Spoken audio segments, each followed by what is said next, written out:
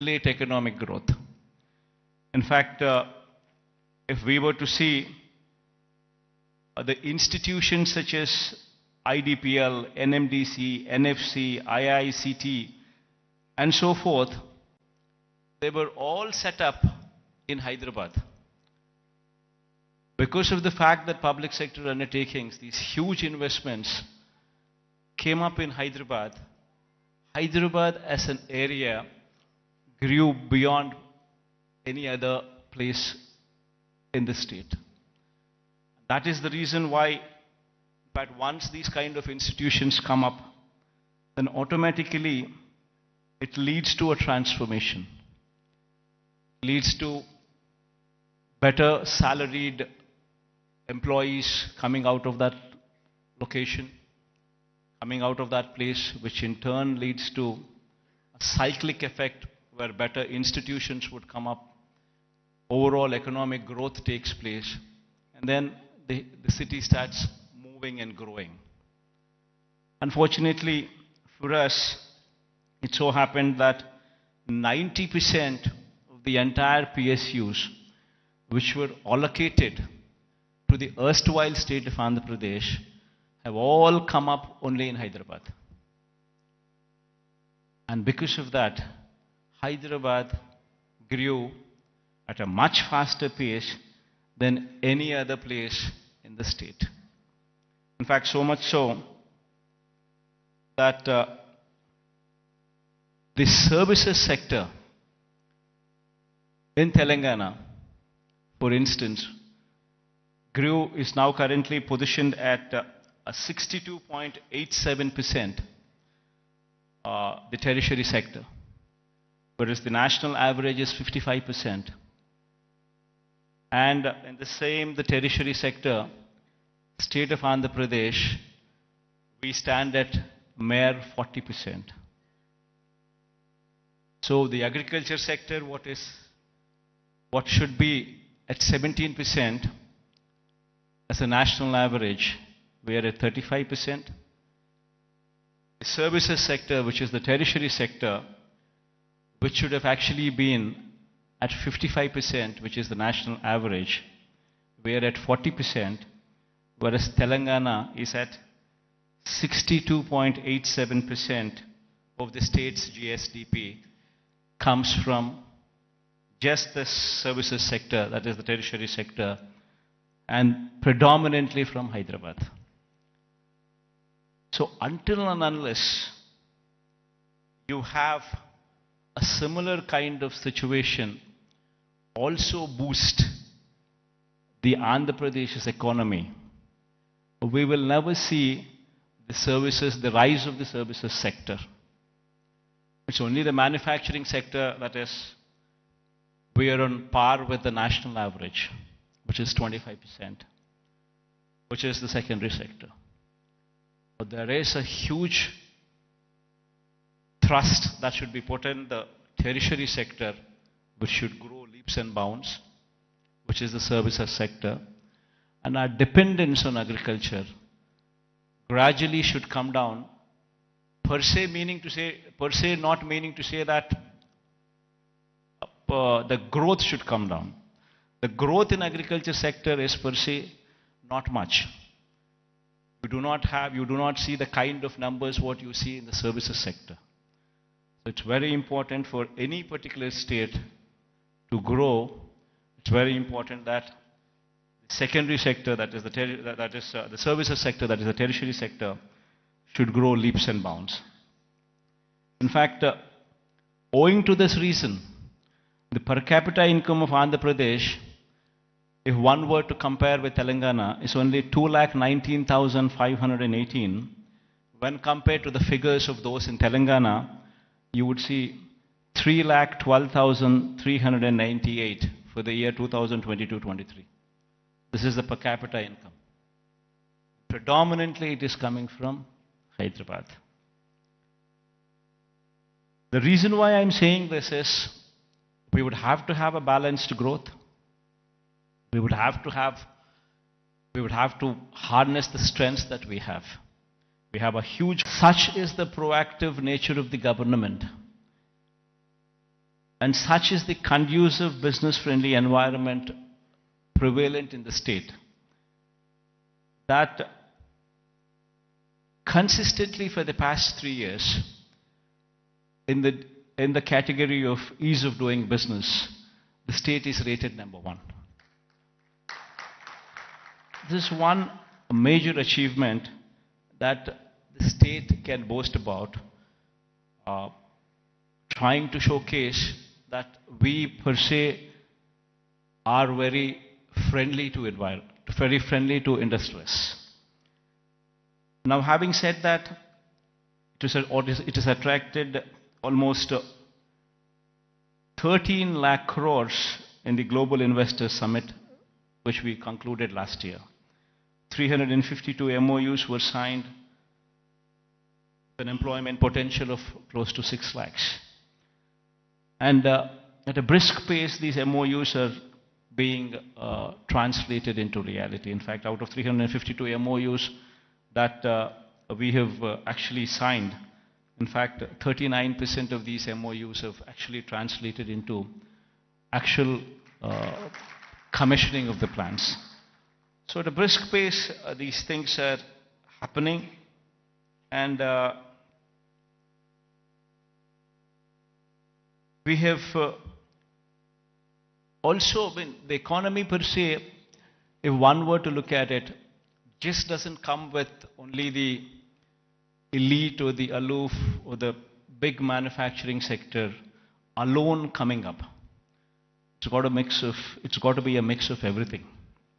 In fact, so much so that I would say that the state government has implemented in these 5 years several welfare programs orienting them towards sustainable self-employment.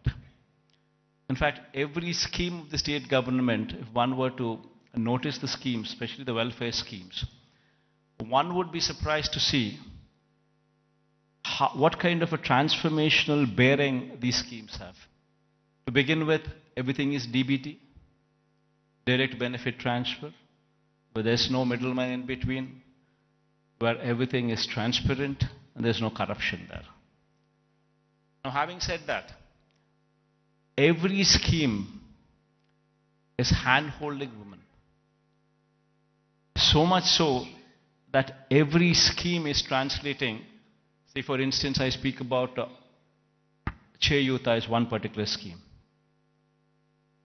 The scheme actually narrates hand-holding women, the same particular woman, consistently for 4 years, every year giving 18,750 rupees for the same woman.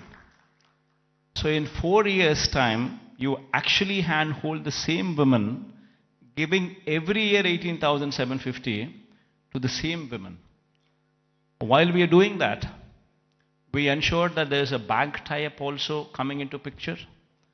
We've also ensured that big companies, starting from Amul to ITC to Reliance to Procter & Gamble, to such kind of big companies also partnering with these women in sharing opportunities. Now, most of the employment cycle doesn't come from government employment. Government employment per se, before we had come in, probably we had 4 lakh jobs in government sector. And probably our government, being very proactive in actually providing for jobs, could actually create another 2 lakh jobs, which is actually very high. Before we had come in, we had 4 lakhs for decades. And after we had come in, we actually created 50% more jobs in government sector. But that is where it can end. It cannot go beyond that. You're talking about 4 lakhs being to 6 lakhs. Then per se, the big industrialists also, when we were to speak of, if we were to speak of, if one were to see the translation of opportunities of jobs actually created per se for investment that is actually put in, would probably translate to probably a crore of investment translating into one particular job. Not much. Maybe adding to another 2 or 3 lakhs, not beyond that. The major contribution comes from 3 other sectors. One is agriculture, which actually constitutes 62% of the workforce. Now, what we have done is support agriculture, where, in fact, the best part in agriculture is, the challenging part in agriculture is, even though the fact still remains that 62% of the population depend on agriculture, the fact is 50% of the land holding is less than 1.25 acres, that is half hectare. If one were to translate this land holding into, for calculation's sake, as to up to 1 hectare, if one were to take into consideration, then you're talking about 70% of the land holding is within 1 hectare. We have very small and marginal farmers, and if these small and marginal farmers do not make money, the economy is shattered. What we did, what we could actually do, is come up with those initiatives to handhold farmers through RBKs, setting up of Raitu Bharosa Kendras, where every village has one, where you have an agricultural graduate sitting in those villages, in those RBKs, where everything from seed to sale of crop is handheld through these RBKs. And with such kind of micromanagement, also incentivizing farmers with production incentives as well, that farming sector could survive. This is one major sector which actually comes to give you a support for the employment. Then the other major sector, which is another sector which actually supports, is MSMEs. MSMEs also, if one were to speak of, talking about if industries, mega industries, big industries constitute maybe 3 lakh, 4 lakh jobs, you're talking about MSMEs which actually constitute more than 30 lakh jobs. There per se, the employability rate is more.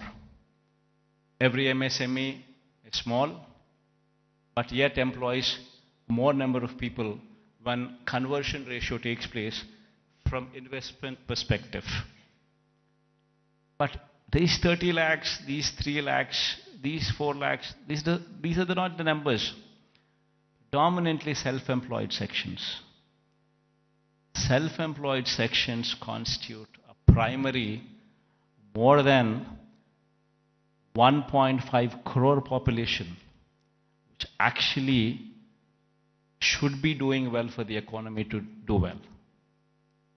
And through various schemes, various platforms, we've ensured that these self-employed sections are handheld, given support through various schemes. You know, before, I'll give you an example. Before we had come in, we were talking about self-help groups, which actually constitute more than 1 crore of women. Before we had come in, these self-help groups had an NPA and outstanding loans to the extent of 18%. Today, the same self-help groups, the outstanding loans and the NPAs, if one were to look at in this sector now, it is just 0.3%. And 1 crore of women livelihoods are dependent on that. Same word, if one were to see the same thing, in every scheme like Vahana Mitra, which talks about self-employed sections who actually are driving the cabs, or actually driving the autos. If economy there fails, the entire state fails. We're talking about barbers, we're talking about so many such self-employed sections are running into lakhs of lakhs, running into lakhs and together running into crores, which actually have been supported so as to render phenomenal growth rate. In fact, when we had come in 2018-19, our state was figuring probably the least among the states in growth rate, in GSDP growth rates. The last year numbers, if one were to say, we are figuring in top 5 states in the country. If GSDP growth rate were to be figured in. Similarly, every initiative that we've taken in supporting every sector, the MSMEs for instance, our state can boast about that we had ensured that timely MSME incentives were given even during the times of COVID. That actually protected the MSME sector, so much so that today the kind of growth that we have seen in MSE sectors was so unprecedented, never so happened in the state of Andhra Pradesh. In fact, the reasons have resulted in the state's manufacturing GVA, when viewed as a percentage of India's manufacturing GVA, increasing to 4% during 2019 to 24 from the corresponding figure of 2.9% during 2014 to 19. That was the previous regime. That is the kind of GVA contribution. State's manufacturing GVA when compared to a percentage of India's manufacturing GVA, if one were to compare. We're actually contributing 4% now versus in the previous regime, contributing to only 2.9% in those days. As I've said, the state's services sector contributes to only 40% of the state's GVA when compared to the national average of 55% and when compared to Telangana's state's average of 63%. Now, this is a position that was occasioned by the state's bifurcation that has deprived Andhra Pradesh of Hyderabad city and the economic benefits associated with it. Now, how do we bring about a change which would actually help boost the state's economy? Now, what do we do about Vizag? Now, how do we boost Vizag's growth story so that ultimately we come across a situation where at least 10 years down the line, starting today, at least we compete with Hyderabad or we compete with Bangalore or we compete with Chennai. So what exactly does Vision Vizag, Vision Visakha mean?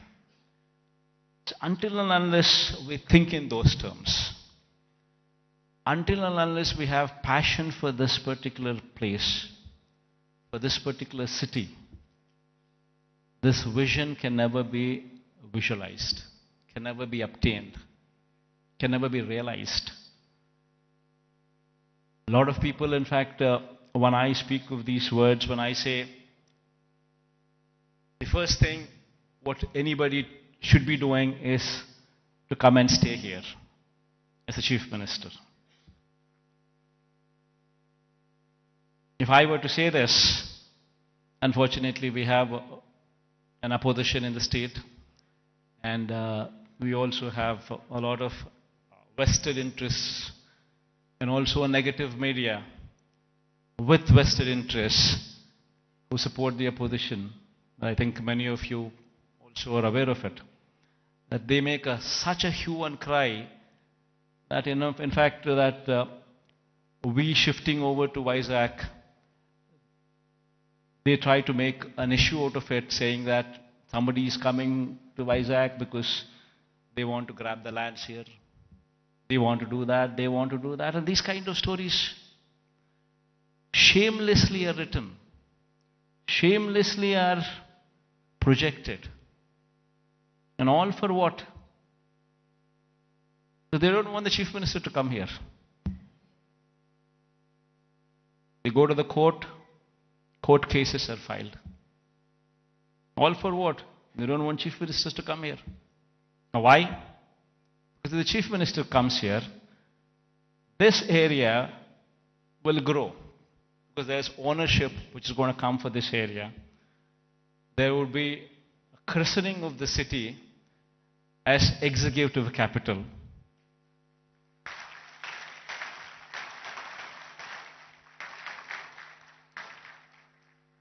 So they don't want the chief minister to come here because they have vested interests elsewhere.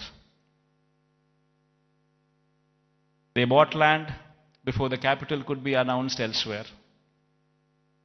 Thousands of acres in private hands, Benami lands. And they're all scared. The moment this becomes the executive capital, the land rates there would further plunge. And because of this vested interest, today, Vizag has taken the beating. So going forward, I'm here to assure everybody here that there would be changes. Because this is inevitable. If one were to compete with Hyderabad, compete with Chennai, compete with Bangalore, it's very important that Vizag becomes the economic growth engine.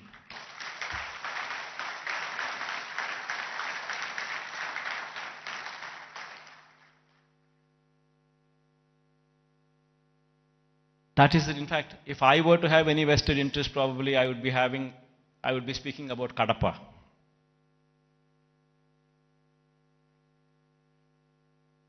See, for me, the state is ours, to everyone here.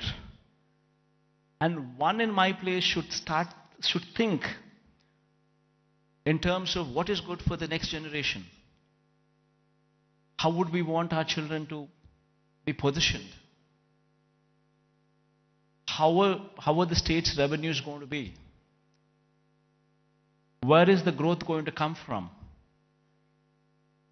And how exactly can we boost these revenues to support the growth of Andhra Pradesh? If we do not think like this in terms of growth for Vizag, then who would think?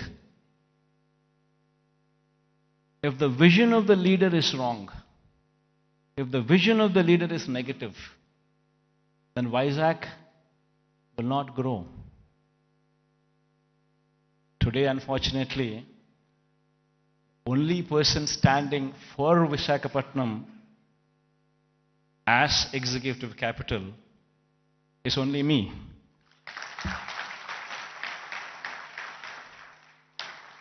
Unfortunately, this is the reality. Fighting against the entire opposition, fighting against vested interests of the media, everybody wanting that Visakhapatnam is not declared as executive capital. This is the reality. Everybody should keep this in mind, understand this reality.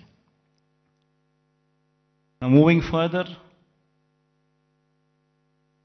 Vizag would have to develop. I'm assuring you, we have court cases going on, we have so many people trying to oppose everything. But I'm assuring you, post-election,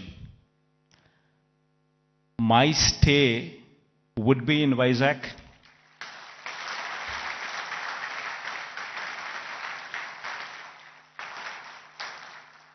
In fact, my swearing-in ceremony also would be in Vizag.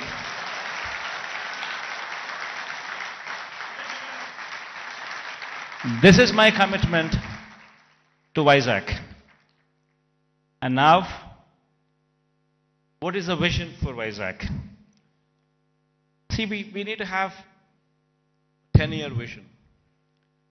We would have to own this city, christen the city as executive capital, become part of the city, and have a 10-year vision. We need to have a roadmap which is workable, which is doable. It cannot be a roadmap where we just dream big, but yet achieve nothing, because it is impractical. Not so. We need to have a practical solution, we need to have a practical approach, and we need to have a vision which is realizable in 10 years' time. Of course, this vision is one vision which cannot be alone done by the state government. It would have to be the state government, it would have to be the central government, it would have to be a PPP model, it would have to be encouraging private people also to become part of the vision. All these people become part of this vision, only then we can realize Vizag is the next competitor in a decade's time to Hyderabad, Bangalore or Chennai. In fact, why I was opposed to the idea, thing there. And according to them, just to provide for the basic infrastructure, that is these roads, the water, electricity, and these kind of basic infrastructure alone, according to their own calculations, with the DPR that they have produced, costs almost 2 crores per acre, which is on a 50,000 acres of barren land. If one were to just lay these basic infrastructure requirements put in place, we're talking about 1 lakh investments, 1 lakh crores of money, which would have to be put in before any buildings could come up, or before we could talk about anything else other than the basic roads or the basic electricity or the basic water or the basic stuff. Now per se, does anybody have 1 lakh crores to be pumped in? And if this 1 lakh crores were to be pumped in today, it's going to cost 1 lakh crores. But if this 1 lakh crores would be pumped in maybe in 20 years' time, presuming 5,000 crores of outlay every year, approximately, what one could actually probably afford. So there's nothing there. Then you're talking about 20 years. Then in 20 years' time, 1 lakh crore probably would become 7, 8 lakhs or 10 lakh crores. The expenditure, what you thought about as 1 lakh crores today, in 20 years would actually be 10 lakhs, 15 lakhs. Probably the net present value calculations of probably 1 lakh crores 20 years down the line would probably be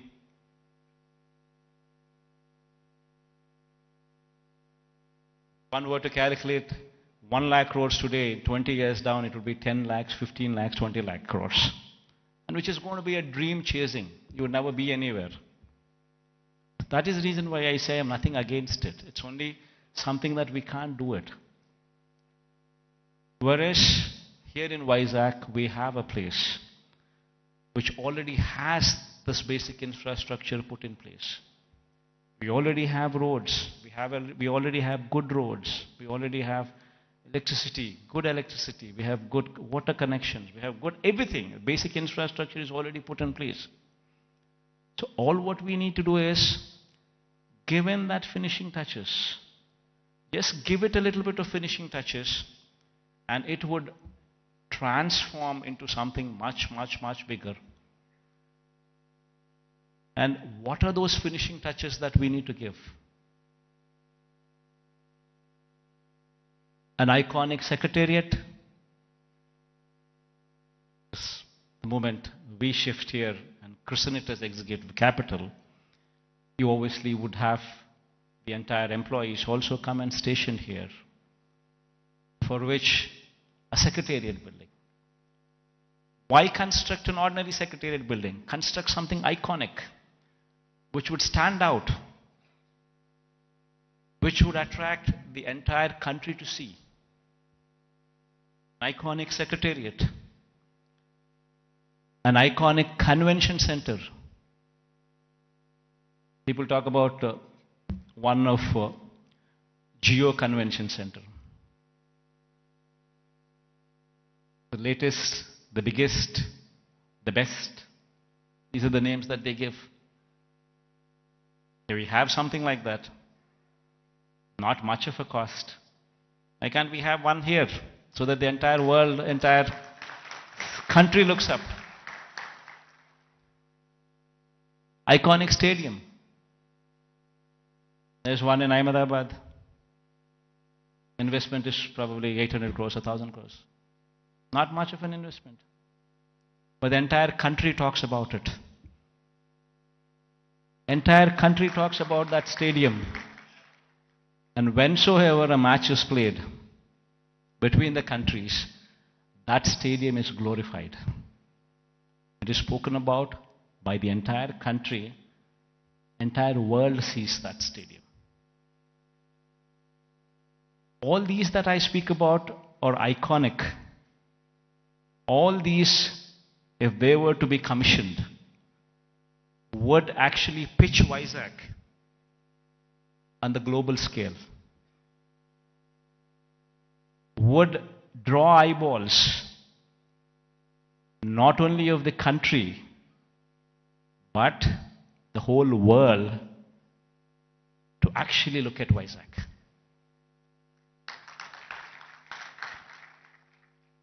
What we have envisioned for Vizag, iconic secretariat, iconic convention center, iconic stadium, Institute of Emerging Technologies. One beautiful institute wherein the talent for any emerging technologies is tutored here. If our students could be given that kind of skills, tutored here, this would be positioned as something else. We have the Bhogapuram International Airport coming up. At a very brisk pace, the work is happening. And within the next 15 months or 18 months, this project would actually see the light of the day. It's moving at a very brisk pace. Then connectivity to the Bhogapuram International Airport. A 6-lane beach corridor road with beautiful green lawns on either side of the roads. 6-lane road to Bhogapuram International Airport. They're talking about a metro rail. Our Vizag is probably the only metro, I guess, which does not have a metro rail. So getting funds for metro rail per se, I don't think it's that difficult. Because it might cost another 14,000 crores. But 60% of the funding comes in PPP model by the developer. Another 40% is to be shared by central and the state government. Central shares 20%, state shares 20% of the 14,000 crore investment. Of course, we are pushing for the entire 40% to be borne by the central government. That's a different story. But even if that doesn't happen, we're still talking about 20% contribution from the state government. And then you could actually see a 14,000 crore metro rail project also take off.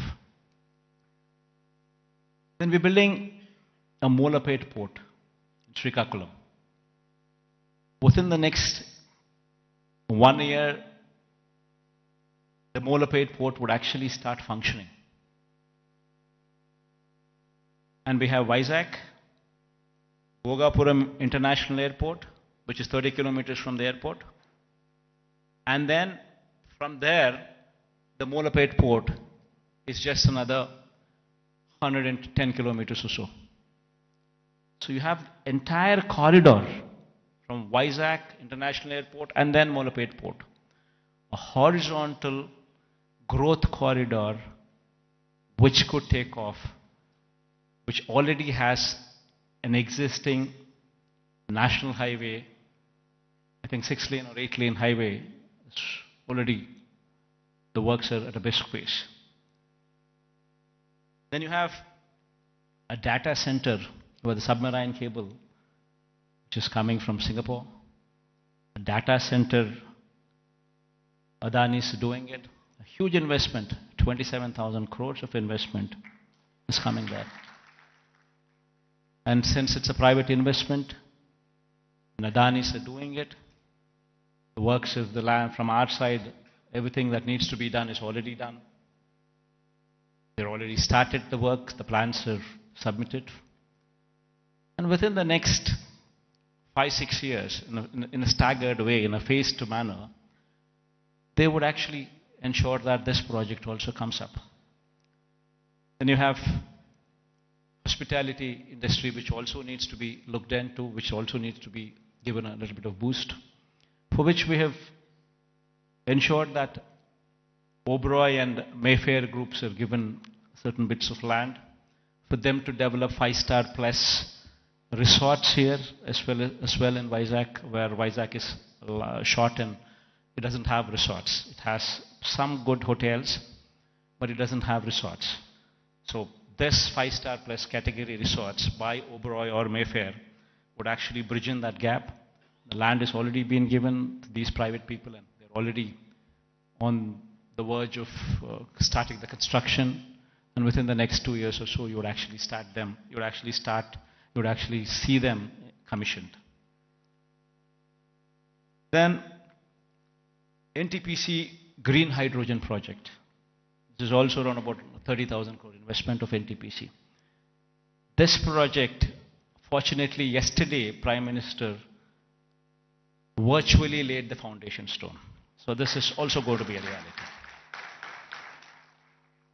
So all these that I just spoke about, they're not things that cannot be achieved.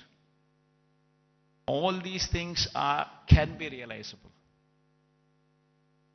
Within the next 10 years, in a staggered manner, we would see all these things coming up. Because all these things that I spoke about are not big. Something which is unimaginable. No, not so. All these things are realizable because they're not something, they do not pose those numbers which would actually say they are not realizable. And there is, of course, one aspiration what I'm trying to negotiate with the Prime Minister also. This thing goes well, we would have this as well. A high-speed rail corridor from Hyderabad to Vizag, passing through Vijayawada. Then Vijayawada to Bangalore, passing through Kurnool and Kadapa. But this is an aspiration. If it happens, it happens. Even if it doesn't happen, 10 years is a big enough span for us to pursue that it happens. Even though this is an aspiration currently with us, the rest of the stuff that I spoke about are all realizable. So with all these things coming up in Vizag, and the Chief Minister coming and stationed in Vizag, it would attract a lot of people to come and settle down in Vizag as well. And Vizag, in 10 years' time, with all these iconic buildings taking shape, would actually compete with the best in the world, with the best in India, definitely for sure. In fact, my people have gone ahead and given a presentation to this effect. We can all watch, myself included. I'll also be sitting with you on the other side. Let's share the officials also for actually putting in this kind of energy and effort. Because it takes a lot of passion to actually be involved. What needs to be done for Vizag? How do we do it? And it takes a lot of passion. And, in fact, when I was asked to come here, I said, fine. Because looking at their passion, I wanted to encourage them as well. And I also wanted to give a kind of confidence to the people of Vizag in particular, that yes, Vizag, in spite of all the difficulties and hurdles that were posed, we will prevail, we will survive, and we will bounce back, is what the final message would be. Thank you all for patient hearing. I hope that we all share this dream and it will be realized at the earliest. Because I can't repeat the whole thing in Telugu. I tried, but then I thought again I'll deviate. Maybe some other occasion in Telugu. Maybe some other occasion in Telugu I would do so.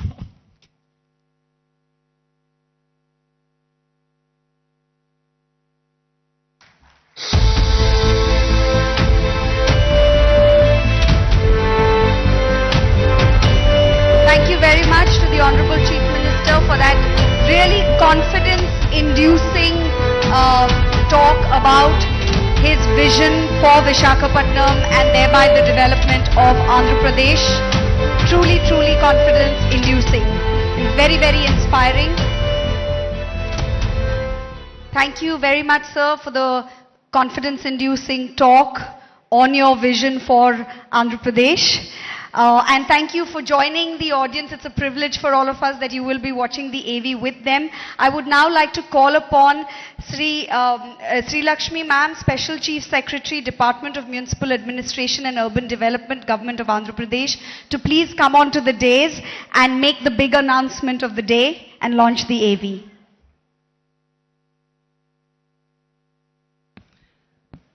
I thank the Honorable CM for his brilliant address on his vision for the development of Andhra Pradesh and Visakhapatnam. As part of the development roadmap of the state, we now present the development plan for the next 5 years for Visakhapatnam and its hinterland in the form of a magnificent film titled Vision Visakha. The film encapsulates the plans for the development of Visakhapatnam by the government by partnering with the private sector, by facilitating the private sector to grow, and also by taking up various schemes by the government.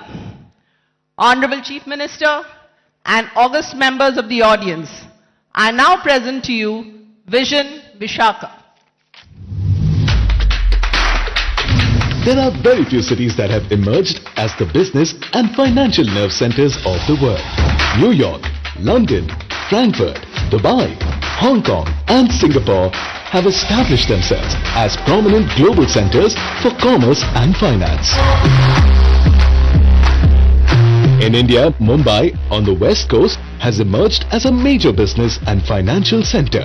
However, its rise has now been constrained by overpopulation, lack of ease in doing business, infra congestion and limitations in real estate.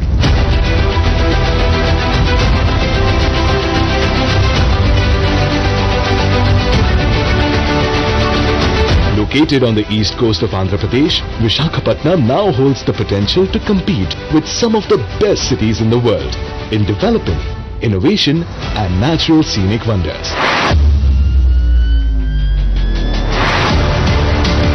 Rightly assessing the potential of Visakhapatnam to become a global cosmopolitan city and the enormous opportunities for it, Andhra Pradesh Chief Minister Shri Y.S. Jagan Mohan Reddy has conceived the outstanding Vision Visakha. Vision Vishakha aims to support Vishakhapatnam as a home for high-positive environment, sustainability and natural scenic environment, sustainability and natural scenic beauty to go on to become a leading financial new South Coast Railway Zone and freight corridor from Sontiam to Simhachalam that will be undertaken at a cost of 196 crores, 14,000 to develop Vishakhapatnam. ITES crores are allocated for the development of stormwater drains in the city.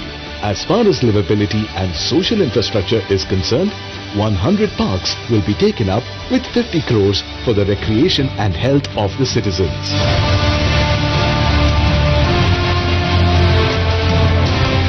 150 lakes will be developed in a phased manner in the city with a sum of 250 crores.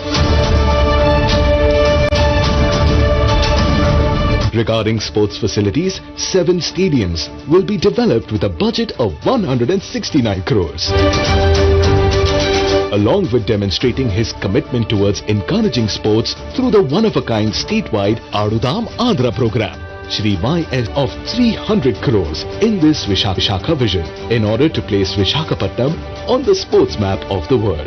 VMRDA projects include a natural history park, museum and research institute with 108 crores, a convention center with 220 crores, an urban entertainment zone with 40 crores and Siripuram multi-level car park with 87 crores. About 150,000 houses worth 4,039 crores are being constructed through Jagannath colonies and Tidco houses for the construction of affordable houses for the common citizens.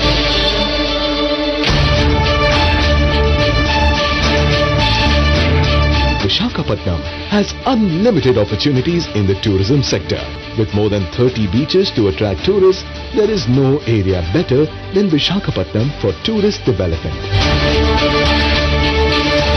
Vishakhapatnam owns tourist attractions that are proposed to be developed with around 1,500 crores.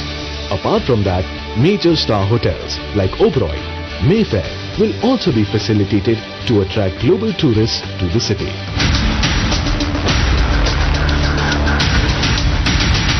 Shri Y.S. Jagan Mohan Reddy also proposed the establishment of a global convention center worth 500 crores and several malls such as Inorbit Mall worth 750 crores.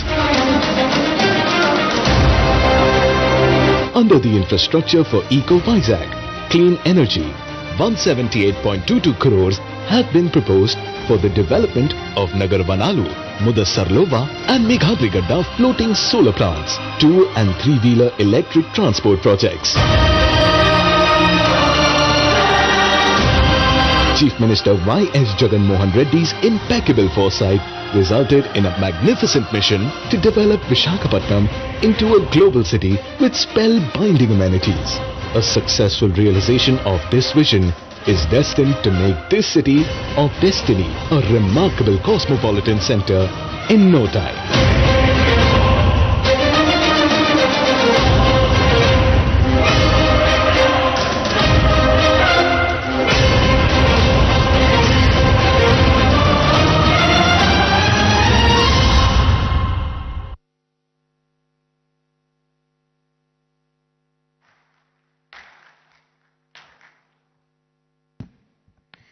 That was a comprehensive roadmap presented to you, taking into consideration connectivity, livability, social infrastructure, urban planning, industrial growth, sustainability and climate resilience. The Honorable Chief Minister of Andhra Pradesh, Shri Y.S. Jagan Mohan Reddy Garu, is well on his way to achieving Vision Vishakha and many other such projects for other cities of the state as well.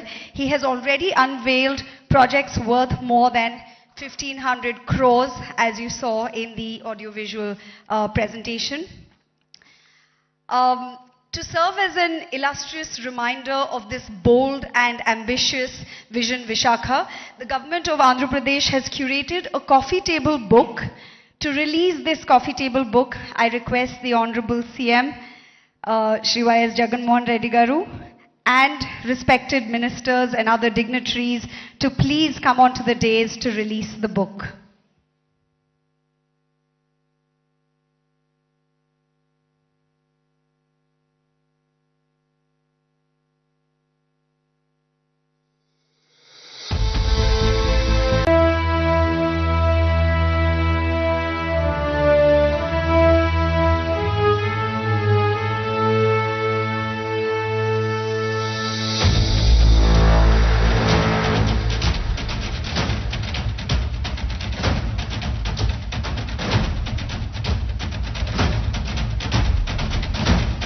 Thank you so much, sir, for inducing this audience with your confidence, your passion for your vision, Vishakha.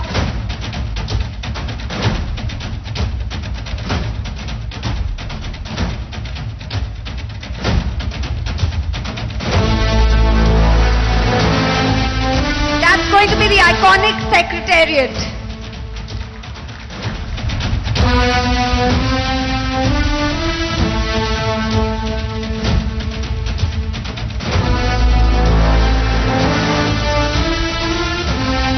The iconic secretariat that will lure the eyes not only of the entire country but also of the entire world, as shared in Vision Vishakha by the very driven, young, dynamic leader of Andhra Pradesh, the Honorable Chief Minister Shri Y.S. Jagan Mohan Reddy Garu.